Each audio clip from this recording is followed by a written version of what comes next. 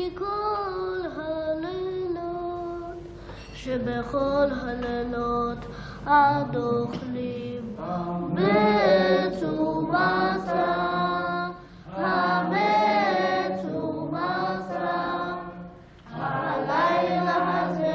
En esta noche, en el mundo entero, millones de judíos sentados alrededor de la mesa preguntan: ¿en qué se diferencia esta noche de todas las otras noches?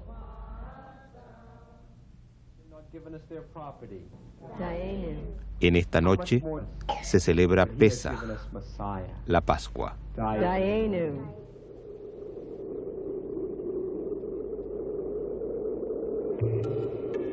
La fiesta de Pesaj o Pascua judía recuerda la liberación de los hijos de Israel de 400 años de penosa esclavitud en Egipto.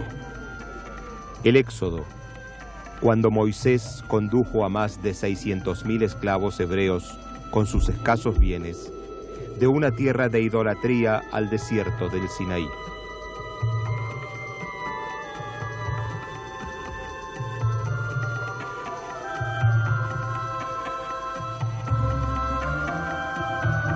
«1500 años después del Éxodo, en Jerusalén, también Jesús celebró la Pascua. Para Jesús, esta ocasión no era asunto rutinario. Tenía grandes deseos de compartir esta cena con sus discípulos. El drama que se desarrolló en la noche de Pascua mientras compartían el pan y el vino fue un punto decisivo de crucial importancia en la historia.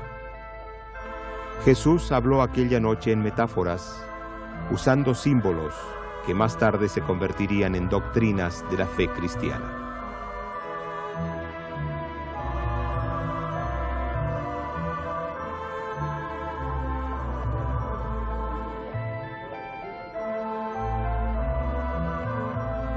Representada en innumerables cuadros y otras formas de arte en el mundo entero, esta singular cena de Pascua es más conocida como la Última Cena.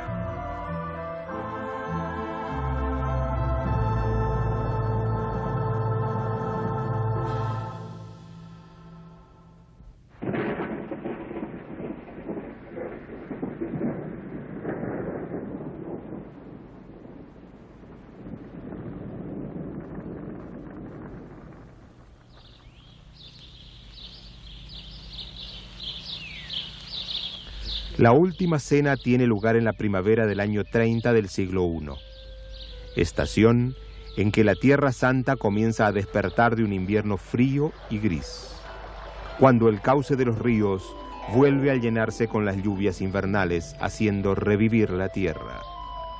Estación en la que la flora irrumpe en forma espectacular, anunciando el renacimiento de la naturaleza.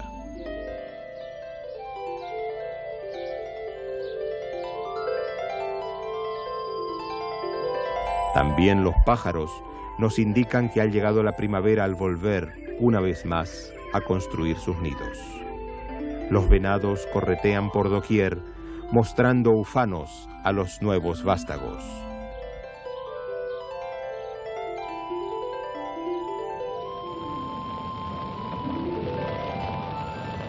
Toda la creación se mueve en perfecta armonía, ostentando señales de renovación, como los pimpollos del almendro que anuncian una verdadera fiesta.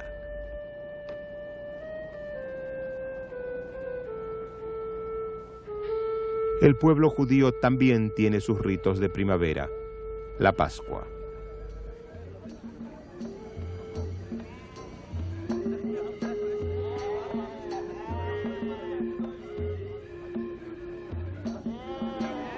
Ya un mes antes comienzan los preparativos en todo el país.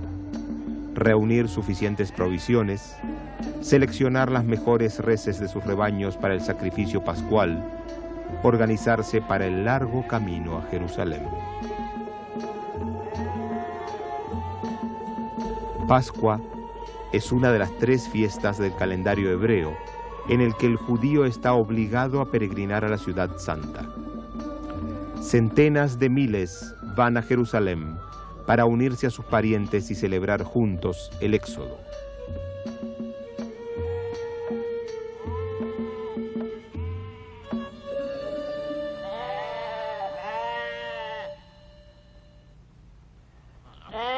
Durante los 8 días de Pascua del año 30 de la era común, la provincial Jerusalén se transformó en una ciudad internacional en la que se mezclaban idiomas y dialectos. Su población se decuplicó llegando a 350.000 almas. Este aumento explotó al máximo los recursos y servicios municipales. El alojamiento limitado, ya repleto hasta el tope, obligó a los peregrinos a dormir en carpas o encontrar dueños de casa dispuestos a hospedarlos. Las murallas de Jerusalén difícilmente podrían contener la afluencia de tantos visitantes. La tensión adicional dentro del perímetro de la ciudad creaba un potencial de insurrección en la Judea ocupada. Las autoridades romanas reforzaron su presencia, agregando más seguridad y tensión a un barril de pólvora en potencia. A la guarnición regular de la fortaleza de Antonia, que dominaba la ciudad, se le sumaron tropas provenientes en su mayoría de la capital romana de Cesarea. Como muchos otros peregrinos, también Jesús y sus discípulos llegaron a Jerusalén para la Pascua. El camino a pie desde la Galilea les tomó 5 a 6 días. Atravesaron parajes conocidos a lo largo del caluroso valle del Jordán, pasando las noches en aldeas o acampando en huertos de olivos bajo el cielo estrellado. Llevaban poco consigo, confiando en que la divina providencia les suministraría todo lo necesario.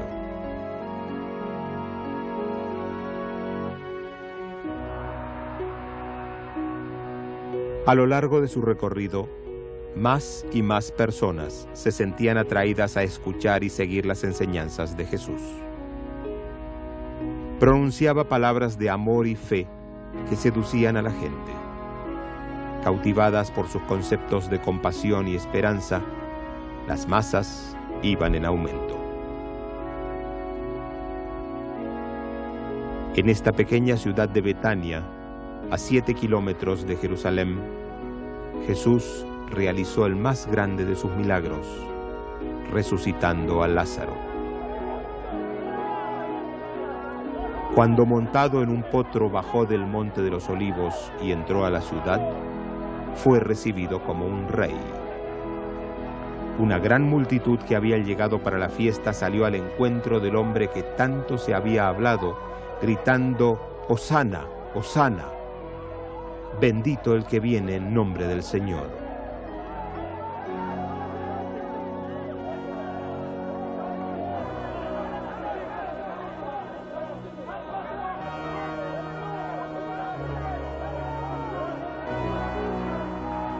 La euforia registrada a su llegada a la ciudad santa creó en los discípulos la impresión de que les esperaba una Pascua alegre.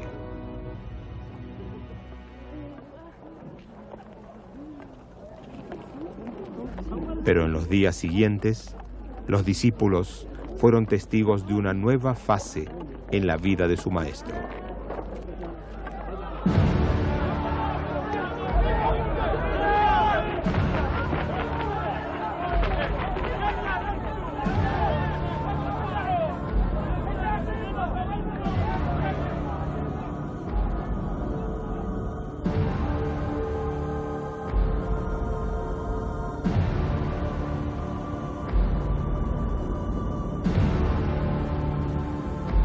Se había levantado un muro entre Jesús y el establecimiento religioso. El sumo sacerdote Caifás se enfrentaba con un serio dilema. Jesús había creado mucha conmoción y Caifás sabía que cualquier desorden le daría a Roma el pretexto que necesitaba para poner fin a la libertad religiosa de Judea. Para Caifás, Jesús se había convertido literalmente en un verdadero prófugo.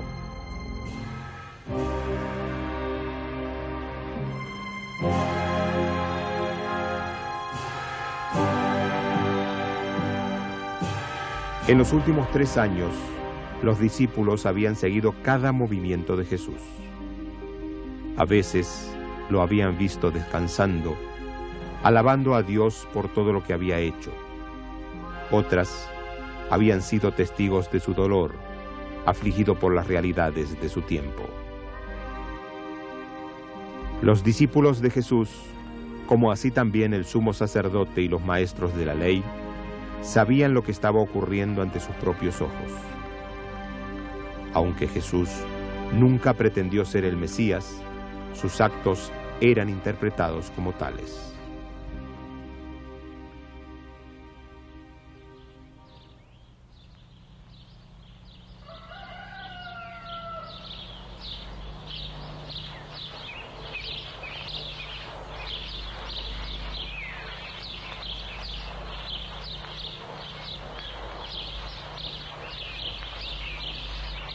Mañana del jueves, a contadas horas antes del comienzo de la Pascua. Al otro lado del valle de Cedrón, lejos del ajetreo de la ciudad, Jesús predijo sucesos futuros. Los discípulos escucharon con atención cuando habló sobre el futuro de Jerusalén y el fin del tiempo. Del Monte de los Olivos descendieron al jardín de Getsemaní, un lugar dilecto de Jesús. La palabra Getsemaní proviene de los vocablos hebreos Gad Shemanim, que significan almazara. Getsemaní era conocido por la pureza del exquisito aceite de oliva que producía.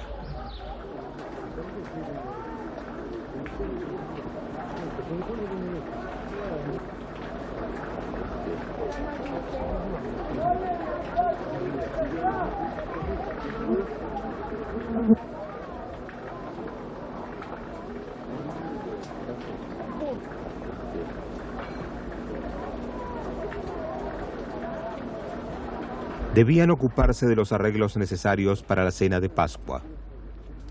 Había mucho que hacer y el tiempo escaseaba.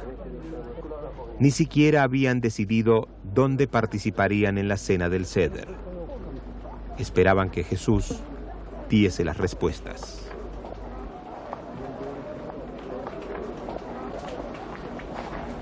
Y envió a Pedro y a Juan diciendo: «Id a prepararnos la Pascua para que la comamos». Y ellos le dijeron: «¿Dónde quieres que la preparemos?».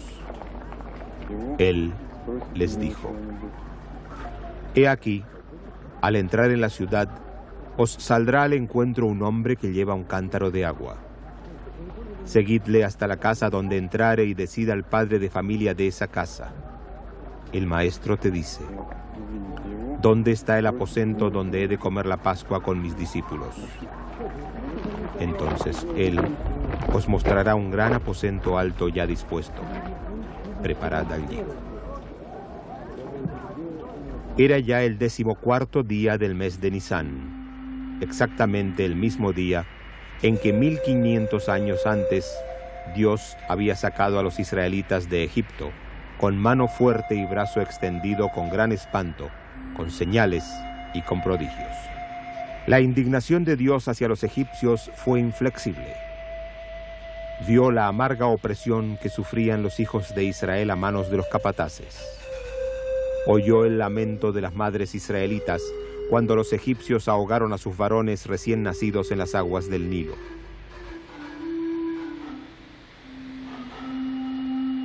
Envió a Moisés a exigirle al faraón que liberase a su pueblo.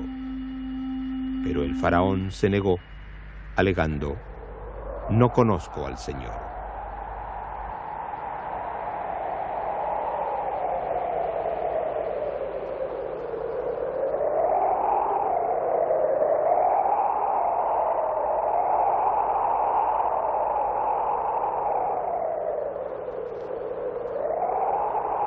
La mano de Dios fue diligente al azotar a Egipto con 10 plagas diferentes.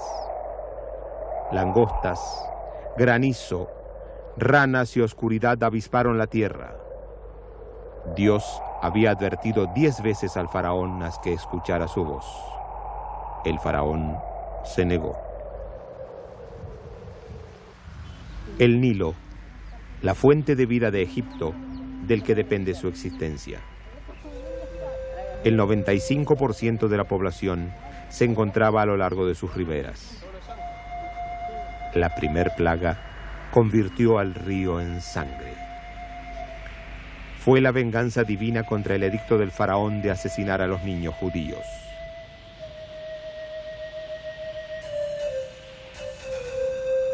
Vuelve a aparecer una referencia a la sangre en la 10ª y más terrible de las plagas, cuando la sangre del cordero sería usada para salvar a los niños de Israel del ángel de la muerte.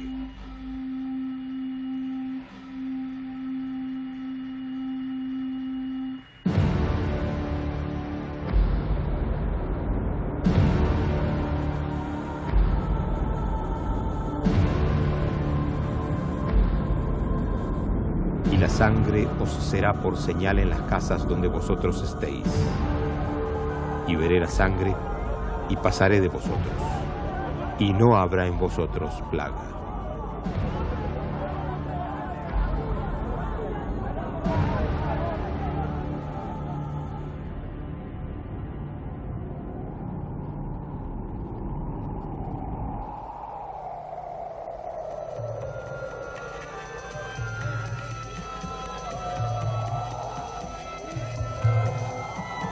La liberación de los israelitas a mano de Dios fue el punto decisivo de mayor importancia en la historia del pueblo judío.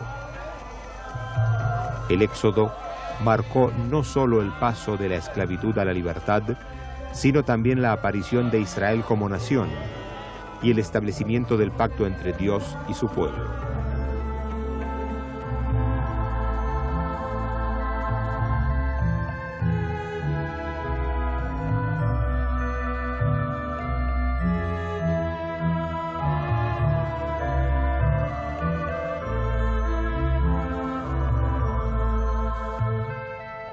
Después de errar 40 años en el Sinaí, los hijos de Israel se convirtieron en herederos de la tierra prometida. El momento en el que 12 tribus nómades se dispersan en todo el territorio, aprenden a ser agricultores y a labrar la tierra. Con el sudor de la frente cultivaron los fértiles valles y montes. El desierto iba a florecer, tal como los campos producirían en abundancia, recompensando su trabajo. Pedro y Juan descendieron del Monte de los Olivos en dirección a la Ciudad Santa. A pesar de ser temprano en la mañana, los sonidos que provenían de la ciudad reflejaban la actividad de la gente ocupada en los últimos preparativos de Pesaj, la Pascua judía.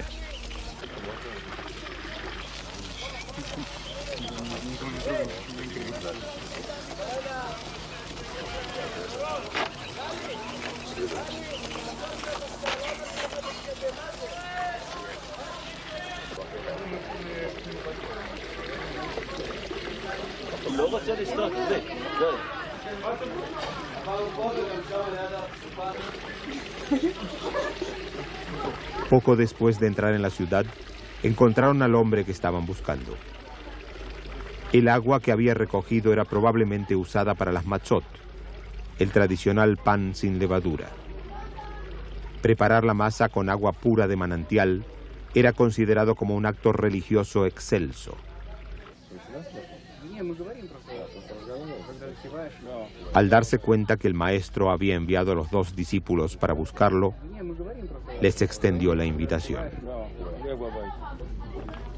Acompañó a Pedro y a Juan a la casa en que se hallaba el aposento superior que concordaba con lo que Jesús les había dicho. En el ritual de Pascua, la levadura está estrictamente prohibida.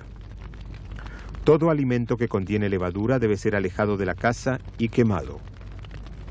Hay que llevar a cabo una búsqueda minuciosa en las despensas, bajo las alfombras, en la ropa o en cualquier lugar en el que pudiera esconderse una miga. Cada uno participa en la limpieza. De acuerdo a fuentes rabínicas, la levadura representa el pecado que nos impide cumplir el deseo de Dios.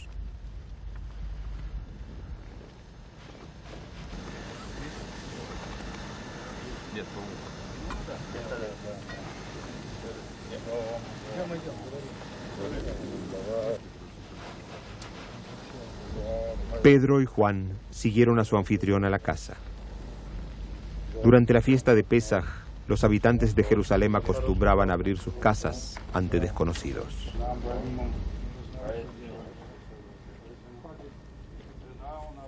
La tarea adicional de preparar la Pascua para Jesús y sus 12 discípulos era un cometido de peso. Pero los anfitriones, con toda seguridad, se sintieron honrados de tener a Jesús y sus discípulos en su hogar.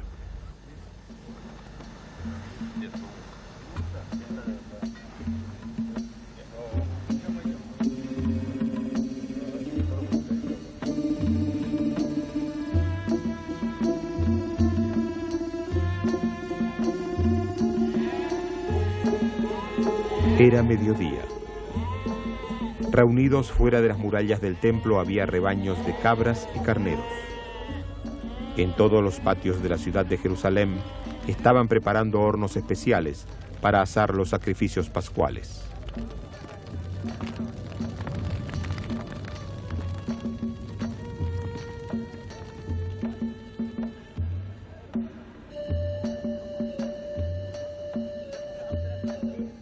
Un fino velo de humo cubría calles y barrios, acrecentando la atmósfera festiva.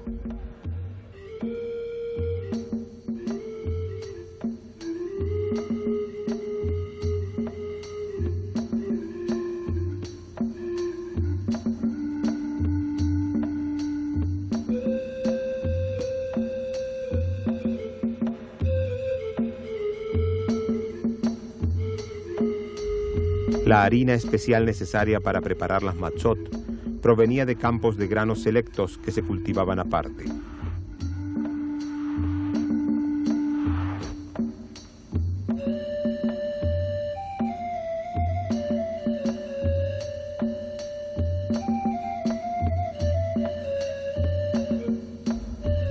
Esta tradición proviene del éxodo de los israelitas de Egipto. Su partida repentina no dio tiempo para que la masa subiese, por lo que en Pesaj se come pan sin levadura.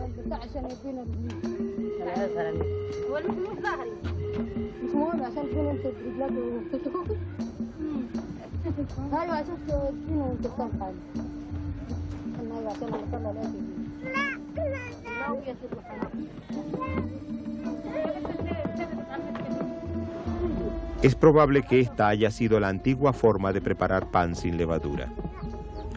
Después de mezclar harina con agua y de amasar bien la mezcla, se la extendía finito y se la colocaba rápidamente sobre una plancha caliente. Unos momentos después se la daba vuelta. En pocos minutos estaba lista.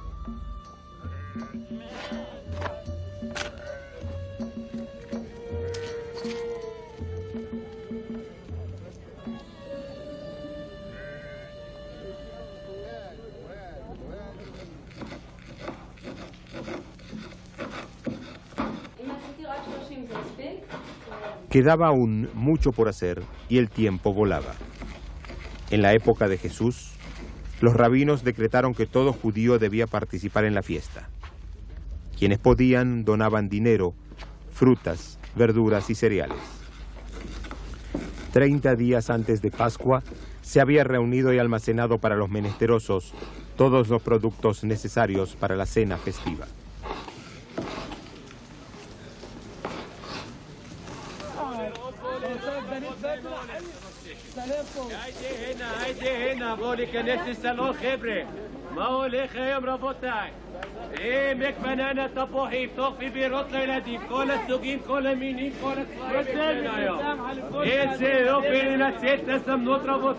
En el Israel de hoy, al igual que en tiempos de Jesús, Pascua es una época en la que cada uno está sumido en el fervor de los preparativos de la fiesta.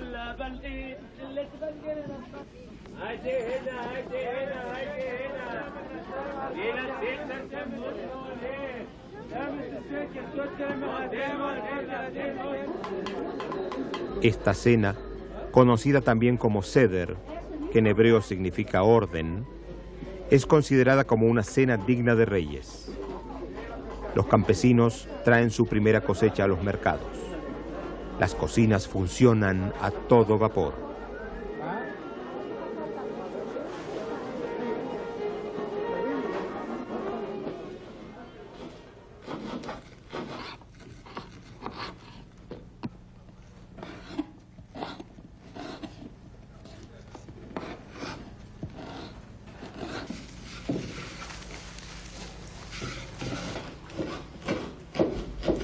Cocinar para los 13 huéspedes adicionales solo contadas horas antes de la fiesta debe haber sido un verdadero reto.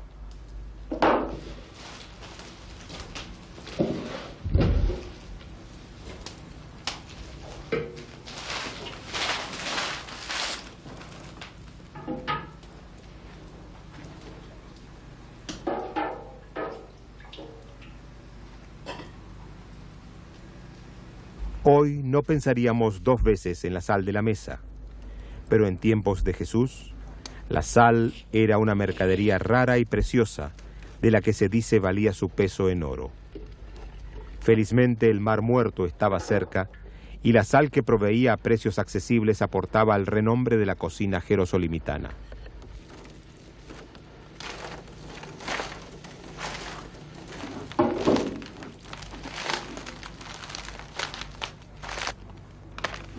Puesto que no se permitía ningún tipo de pan, en los 8 días de la Pascua el arroz pasó a ser un elemento principal en la alimentación.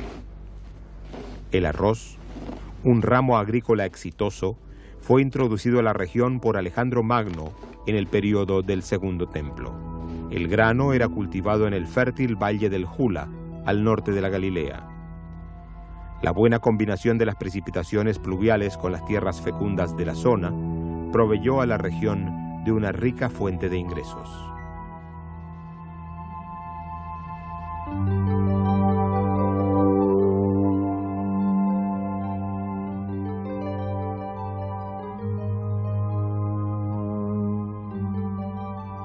La vid es mencionada por la Biblia 16 veces, quizás para subrayar la importancia de su fruto.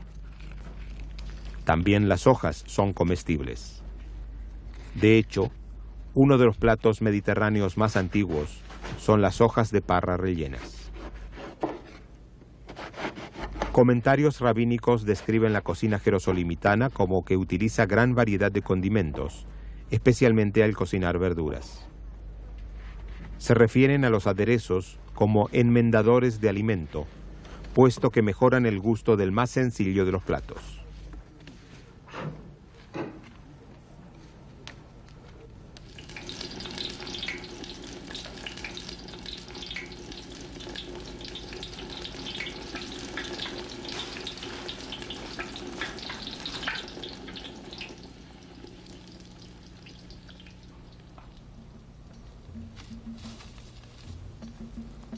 Los montes de Judea, una zona montañosa desolada situada a unos 1000 metros sobre el nivel del mar, fue transformada en una región apta para la agricultura.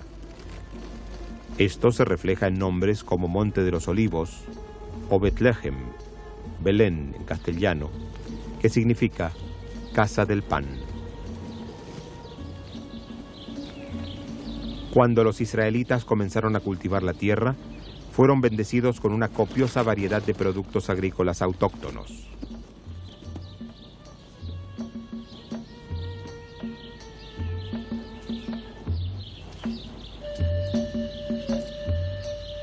Una de las más grandes innovaciones israelitas fue la construcción de terrazas. Muros de retención detenían la preciada agua de lluvias para fines agrícolas.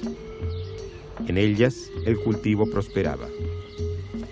Especias como menta, romero y mostaza se beneficiaban de este esmerado trabajo. La construcción de terrazas impidió la erosión de la tierra y agregó una nota de belleza al paisaje. Algunas de las plantas que llegaron a la cocina fueron usadas no solo como condimentos, sino que tenían también usos medicinales y religiosos. Cada detalle era esencial para que los platos fueran atractivos, tanto para la vista como para el paladar. Dos de las frutas más importantes del país, los higos y los dátiles, eran generalmente servidos como postre. Se abría con cuidado las frutas secas y se las rellenaba con diversos tipos de nueces y mazapán.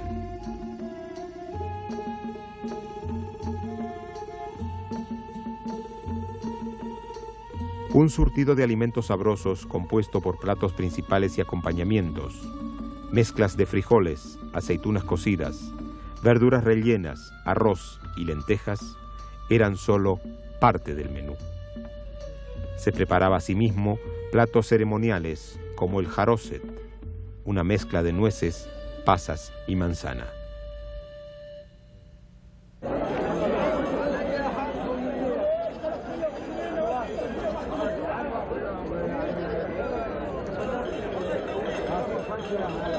Aún existe fuera de la muralla oriental de la ciudad la feria de animales. Al igual que en tiempos de Jesús, cumple un papel social de importancia. Es un lugar de comercio ruidoso, de regateo y de discusiones. Es el lugar en que los atributos de cada animal son examinados detenidamente por si tiene defectos.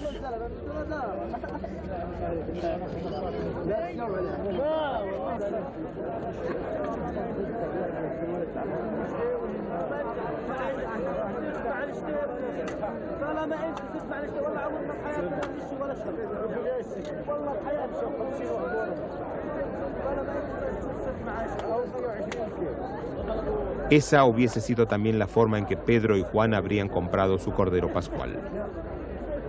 La transacción habría sido rápida en el día anterior a la Pascua.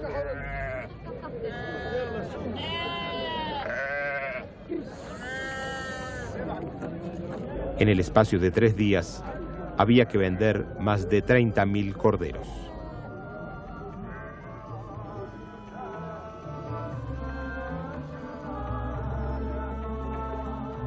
Después de comprar su cordero, abriéndose paso en las calles atestadas, los 2 discípulos se dirigieron al templo para ofrecer su sacrificio pascual a Dios.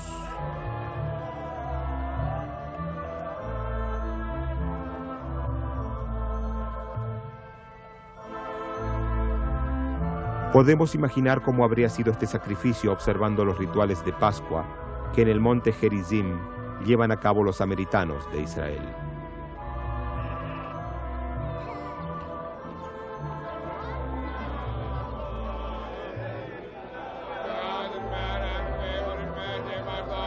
Durante 2500 años, los samaritanos han continuado las tradiciones escritas del Pentateuco.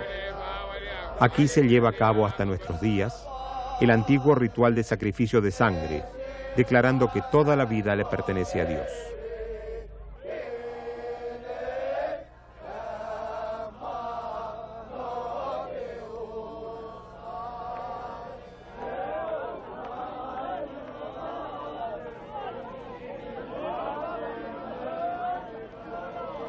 Más de 60 ovejas serán degolladas durante el día. Primero se descuera a los animales y luego se extraen los corazones y pulmones, que son cocidos aparte. Se enciende fuego en hornos, de la misma manera que hace 2000 años en Jerusalén. Cada sacrificio es colocado cuidadosamente en grandes broquetas afiladas, a fin de no romper ningún hueso del animal, tal como lo estipula la Torá.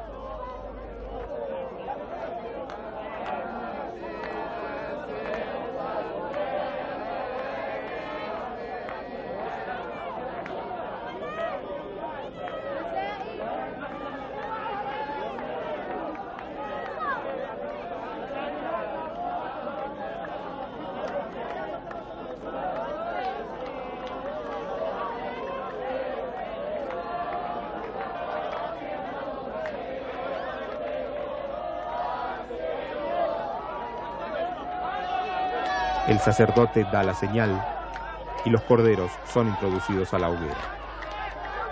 Se coloca encima una parrilla para mantener fijas las broquetas.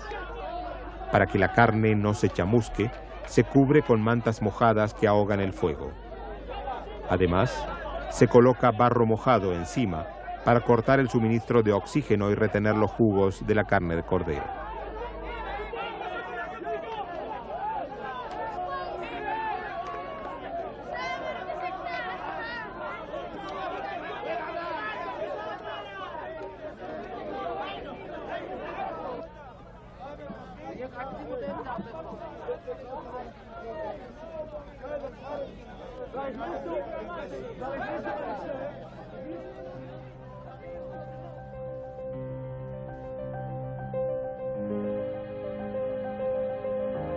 En tiempos de Jesús, El gran templo era el único lugar en el que se llevaban a cabo los sacrificios pascuales.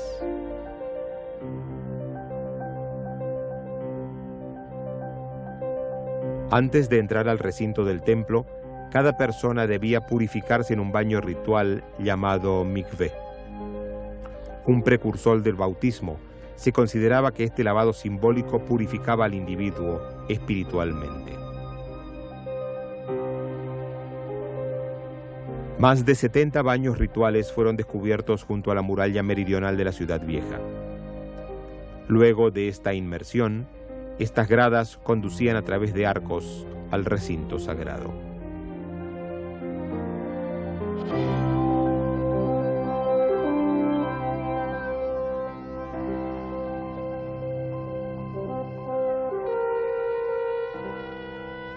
El son de las trompetas del monte del templo anuncia el inicio de la gran celebración.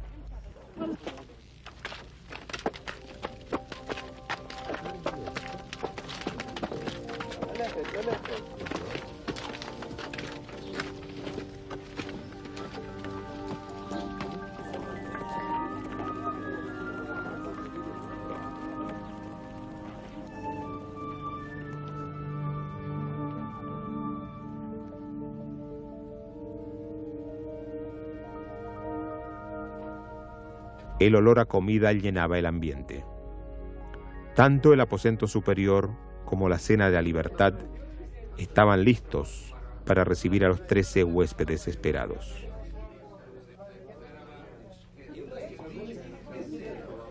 En tiempos de Jesús, el estatus de la persona se medía de acuerdo al lugar que ocupaba en la mesa.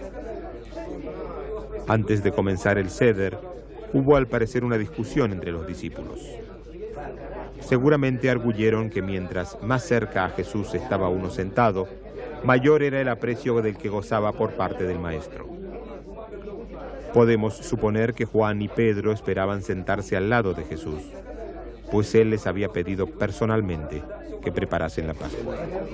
Juan, un hombre comedido y brillante pensador, como lo demuestra claramente su Evangelio, recibió uno de los lugares de honor junto al Maestro.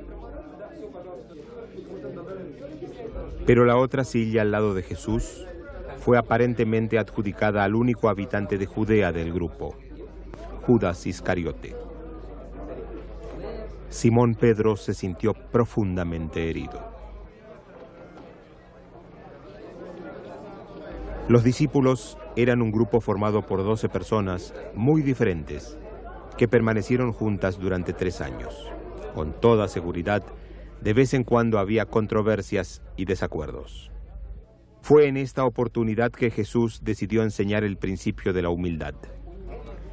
Decidió lavar los pies de sus discípulos, tarea que normalmente uno encomienda al criado.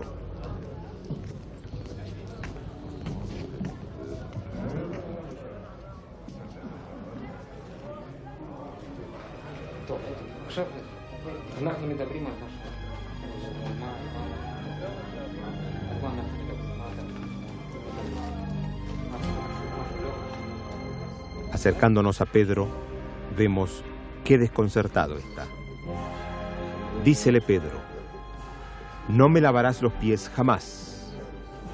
Respondióle Jesús: «Si no te lavare, no tendrás parte conmigo». Dícele Simón Pedro: «Señor, no solo mis pies, mas aún las manos y la cabeza».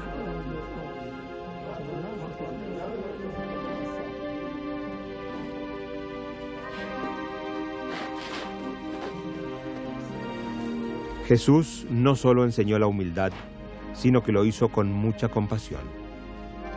Fue capaz de hacerle comprender a Pedro y así logró calmar los ánimos.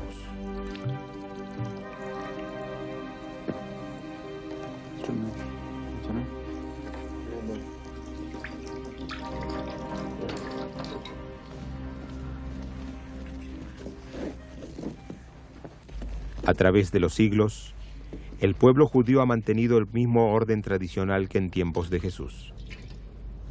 Al lavado de manos durante el Seder le sigue la bendición: «Bendito sea nuestro Dios, Rey del universo, que nos santificó con sus preceptos y nos regocijó con el lavado de manos».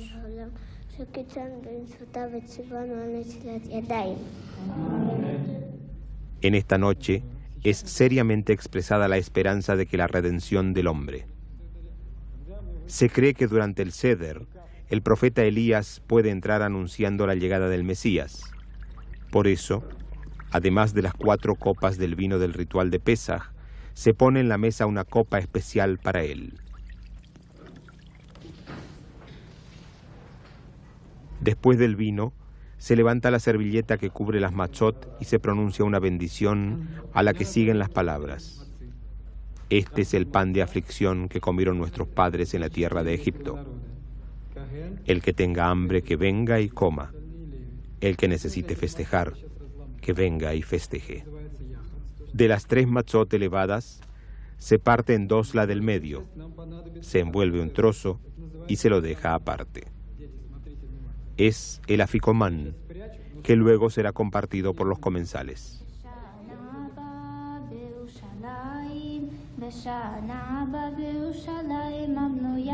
Ahora comienza la lectura de la Agadá, que narra la historia de los hijos de Israel desde el Éxodo hasta la construcción del templo.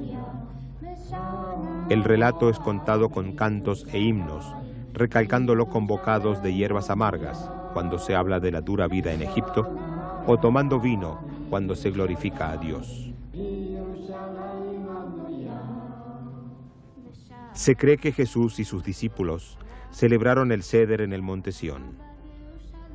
La gran iglesia de la Abadía de la Dormición se encuentra justo frente al edificio que se supone es el del aposento superior. El lugar atrae hoy a numerosos visitantes y peregrinos, pero solo algunos de ellos saben que es contiguo a la tumba del rey David. Aunque algunos eruditos niegan esta suposición, el lugar tiene una larga historia. En los siglos II y III fue una sinagoga mesiánica, posteriormente fue renovada por los cruzados. Si este es en realidad el sitio auténtico, al observarlo podemos suponer que Jesús y sus discípulos habrían estado sentados aquí.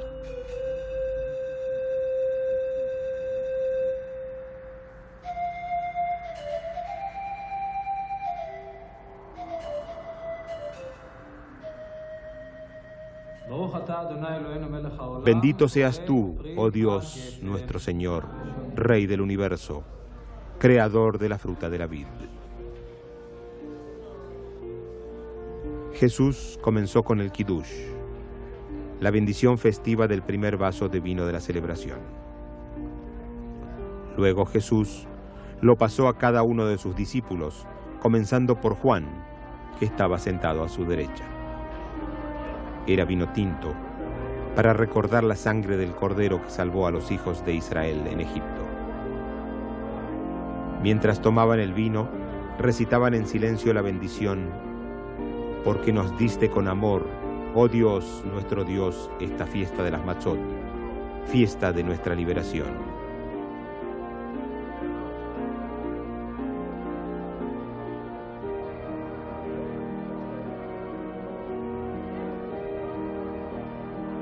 Después de compartir el vino, se elevó una plegaria sobre el pan sin levar.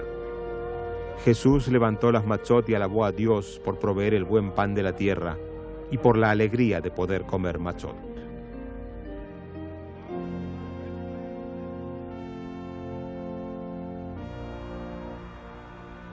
Ahora viene el turno de las verduras amargas, el segundo vaso de vino y la copa especial para el profeta Elías.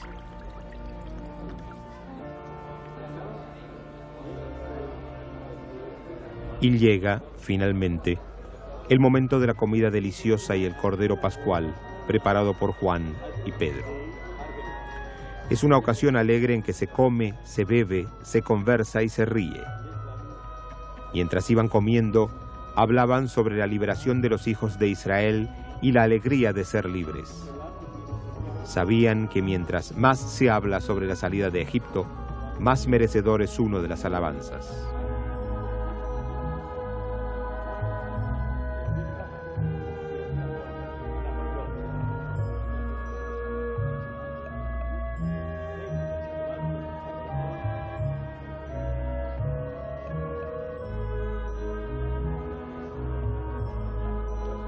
La mesa era un acopio de abundancia.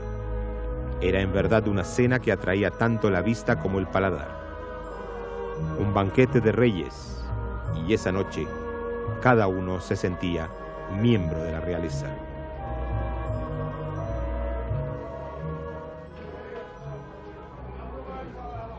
Pero de pronto, el estado de ánimo cambió. Y mientras comían, dijo: de cierto os digo que uno de vosotros me va a entregar. Y entristecidos en gran manera, comenzó cada uno de ellos a decirle: ¿soy yo, Señor? Entonces él respondiendo dijo: el que mete la mano conmigo en el plato, ese me va a entregar. Entonces, respondiendo Judas, el que le entregaba, dijo: ¿soy yo, maestro? Le dijo: tú lo has dicho.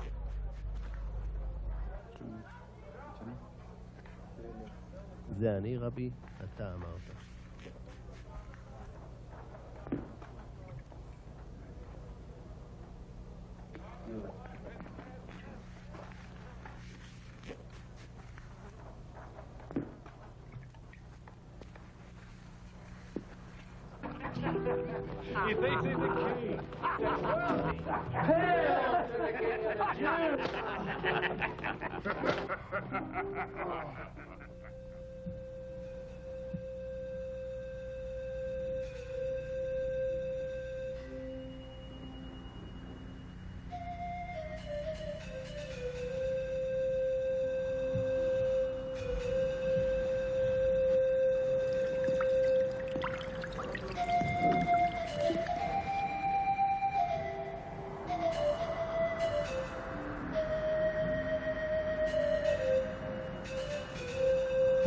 Después que Judas salió del aposento, Jesús tomó la copa, pronunció la bendición y se las dio a sus discípulos diciendo: tomad esto y divididlo entre vosotros.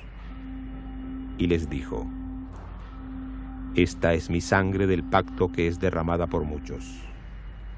Y os digo de verdad que jamás volveré a tomar del fruto de la vid hasta el día que vuelva a tomarlo con ustedes en el reino de Dios. Jesús levantó las matzot y dijo: este es mi cuerpo.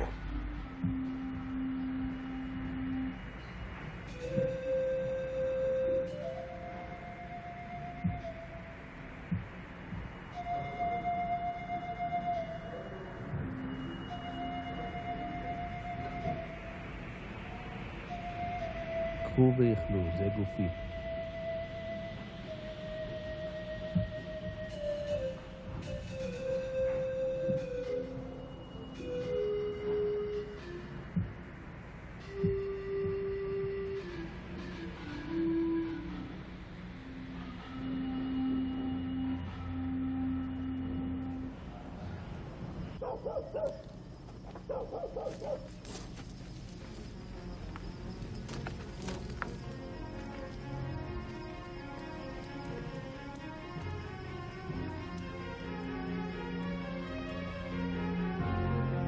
Esa noche, poseído por su destino y su codicia, Judas se encaminó a la casa de Caifás.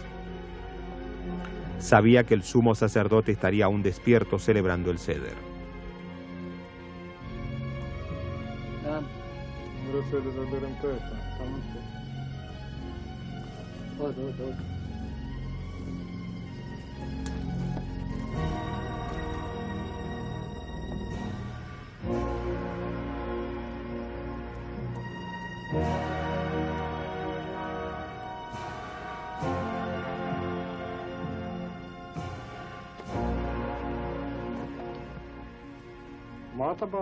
¿Por qué vienes a esta hora de la noche?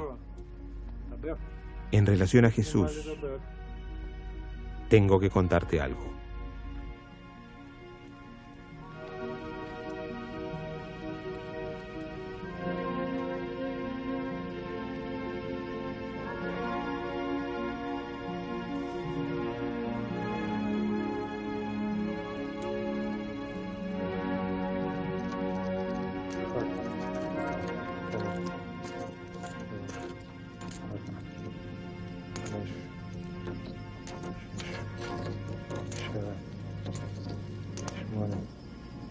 meditation. Yes, sir.